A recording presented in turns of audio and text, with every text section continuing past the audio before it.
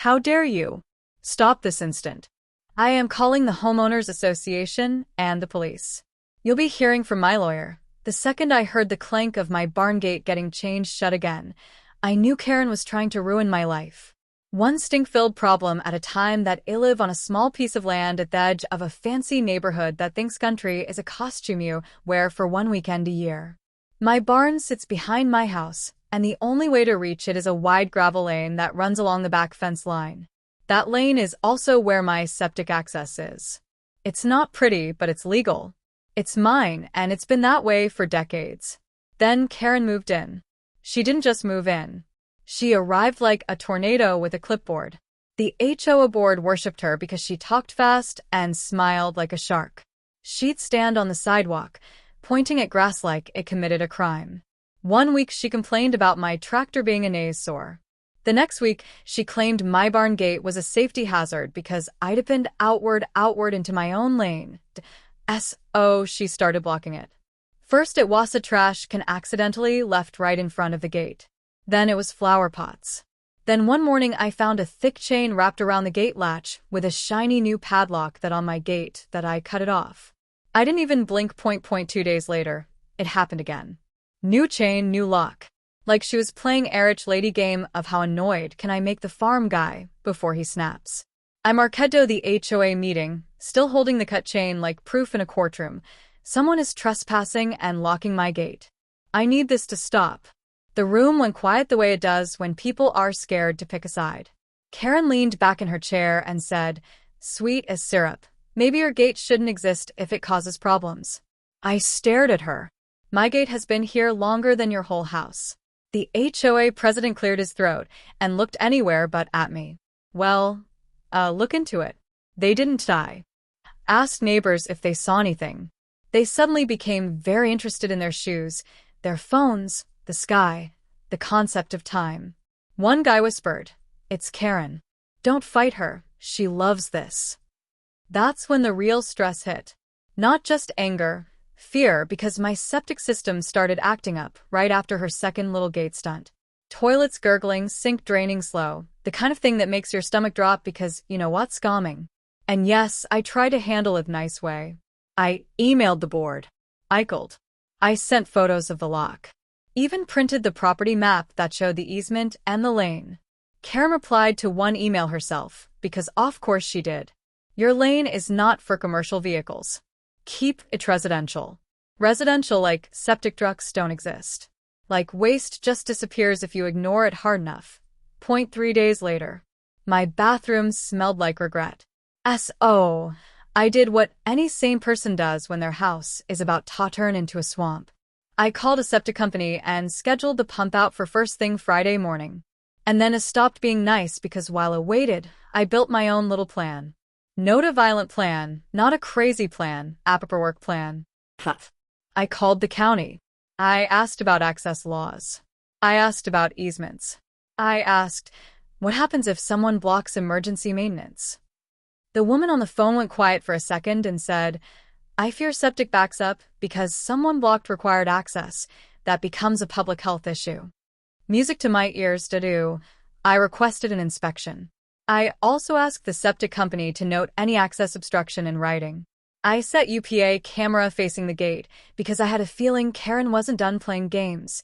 Thursday night, right before dark, my camera caught her in a bright pink jacket, marching up like she owned Myland.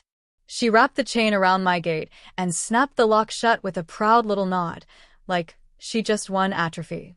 Then she walked away. Friday morning, the septic truck rumbled up my lane like a giant saving grace. The driver, a big guy named Lou, hopped out and looked at the gate. You expecting a prison break?" He asked that I showed him the property map, the email from the county confirming inspection, and the lock still shining like a smug little jewel. Lou whistled. People are wild. Then Karen appeared that I swear she must have been watching through her blinds, waiting for this moment like it was Christmas. She marched out with her HOA badge on a lanyard. A lanyard like she worked for the government. "You can't bring that vehicle back here," she snapped. "This is an HOA-managed neighborhood." Lou blinked slowly. "Ma'am, I'm here to pump a septic tank." Karen pointed at the gate, and you can't because that gate is not approved. It held up my phone.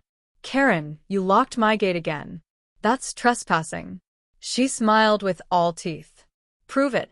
It tilted my phone. The live camera feed showed her doing it. Clear as day.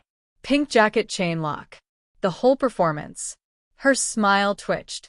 Now, here's the part that people online later called karma in HD.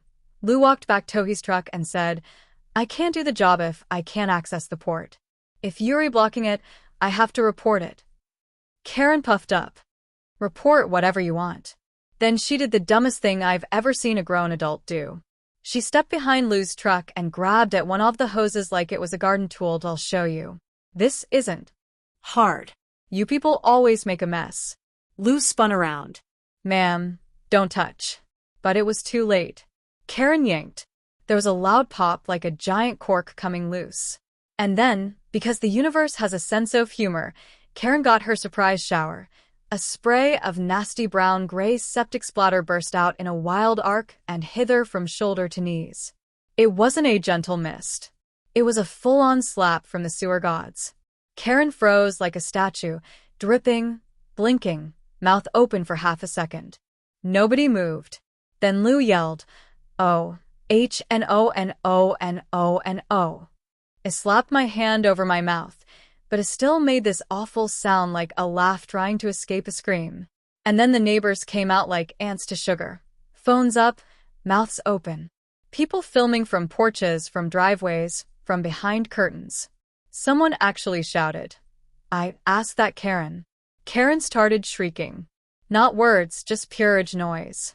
She stumbled backward, slipping on the wet gravel, trying to wipe herself, but only smearing it more. And that's when the county inspector pulled in. Perfect timing like a movie. He stepped out, saw the truck, saw Karen, saw the locked gate, and just stared in silence for a long beat. "Ma'am," he finally said, calm as a priest. "Why is there a padlock on air-acquired access point?" Karen tried to speak, but it came out like choking. Hey. This is the inspector. Looked at me. "Is this your gate?" "Yes," I said, "and she keeps locking it." Lou, still horrified, held up his clipboard. "I can write a statement. She physically interfered with the job." The inspector nodded slowly. "Interfering with sanitation access is a health violation." Karen's face went pale under the sludge. "That's hard to do, but she managed." Then police arrived. Called by guess who? One of Karen's own neighbors who didn't want the street turning into a biohazard show. Karen tried to switch into her unimportant voice, but it was hard when she smelled like the inside of a dumpster. The officer took one look at camera footage, one look at the lock, and said, "Ma'am, you can't lock someone else's property." Karen snapped, "But I'm in the HOA." The officer cut her off. I didn't care. The next week, the HOA had an emergency meeting. This time the room wasn't quiet because people were scared. IT was quiet because everyone had seen the video. Yes, the video. Of course it did. By the time I woke up Saturday, my cousin texted me, "Bro, your HOA lady got hosed." Karen tried to threaten lawsuits. Then she got hit with fines instead. Trespassing, interference, public health violation. The board tried to pretend they never supported her, even though half of them used to nod like bobbleheads when she spoke. And the twist, the county inspector also found out Karen had installed HOA-approved locks and barriers on 3 other people's access lanes. One guy couldn't reach his back shed for months. Another couldn't get a contractor in for repairs. They were just too scared to fight her. Now, they weren't scared. Within 30 days, Karen was removed from the board. Her precious lanyard was gone. The HOA sent a written apology for mismanagement.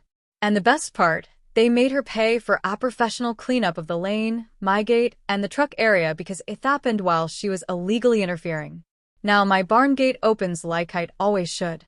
No chains, no locks, no pink jacket patrol, and every once in a while when I take the trash out, I'll catch a neighbor smirking at me like Wes Harris' secret because we do. Please follow for more HOA showdowns like this. Do you think she got what she deserves?